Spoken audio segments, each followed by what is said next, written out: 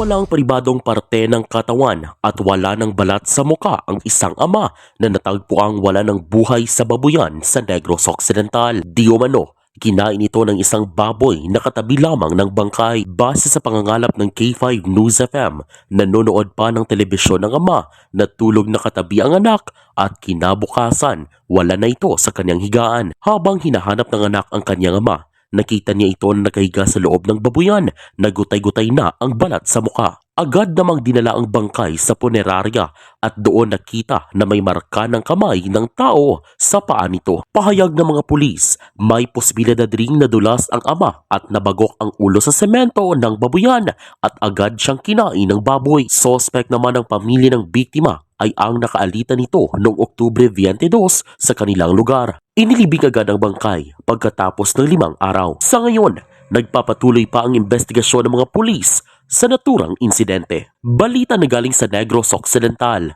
Zairo Vanelbay. Para sa Kampiyon na Balita, Serbisyo Publiko at Kasiyahan sa Negros, K5 News FM. K5 News FM. News FM.